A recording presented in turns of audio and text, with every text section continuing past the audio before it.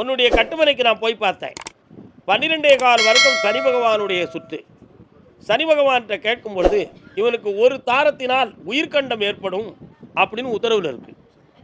அப்படின்னா என்ன அர்த்தம் அப்படின்னு சொன்னால், சில பேருடைய விதியின் அமைப்பில் குறைந்த ஆயுள் உள்ள ஒரு பெண்ணை கல்யாணம் முடித்து அந்த பெண் மரணமடைந்து அடுத்து ஒரு கல்யாணம் நடக்கணுங்கிற விதி அமைப்பு உண்டு அப்படிங்கிற ஒரு அம்சம் இருக்குது. அது ஓன் ஜாதகத்தில் இருக்குது. ஏற்கனவே 2 தலைமுறைகளுக்கு முன்னால் உன்னுடைய தாத்த வழியில் அப்படி ஒருத்தருக்கு நடந்திருக்கு. நல்லா நீ புரிஞ்சுக்கணும். அந்த பாரம்பரியத்தில் இருக்கிறதுனால தான் உனக்கு இந்த விதி இருக்குன்னு உத்தரவு. இதை மாற்றத்துக்கு எதுவும் வழிகள் உண்டுமா அப்படின்னு கேட்டேன். உண்டு.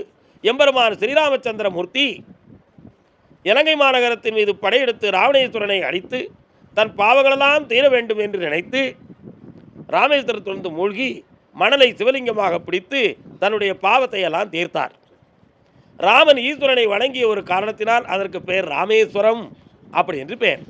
அந்த இடத்துல போய் கடலில் மூழ்கி தீர்த்தமாடி அங்கே கொடுக்குற தீர்த்தத்தையும் திருநீரையும் வாங்கிட்டு வந்து எனக்கு கொடுத்துட்டேன்னா உன் பாவம் தீர்ந்துடும். அடுத்து உனக்கு கல்யாணத்தை முடிச்சு வைக்க நான் ஏற்பாடு பண்ணிடுவேன். பௌர்ணமிக்கு முன்னால் நீ போயிட்டு வர ஆனந்தமாக வெற்றி அடைந்து வருவாய். சென்று வா மகனே, வென்று வா.